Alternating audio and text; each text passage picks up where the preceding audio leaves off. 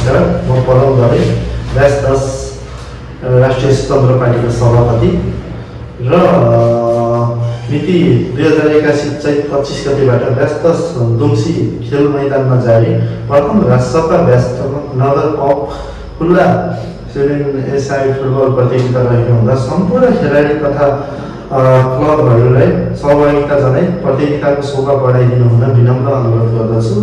प्रथम पुरस्कार रहेको छ 75,000 नगद ट्रफी मेडल प्रमाणपत्र रहेको छ भने दोस्रो पुरस्कार रहेको छ 35,000 ट्रफी मेडल प्रमाणपत्र रहेको छ भने बेस्ट प्लेयर मार्फत रहेको छ 2,000 नगद मागेको छिनो, बेस्ट किपर मार्फत रहेको छ 2,000 नगद मागेको छिनो र बेस्ट डिफेन्स मार्फत रहेको छ 2,000 नगद मागेको छिनो र हाई स्कोर मार्फत रहेको छ 2,000 नगद मागेको छिनो।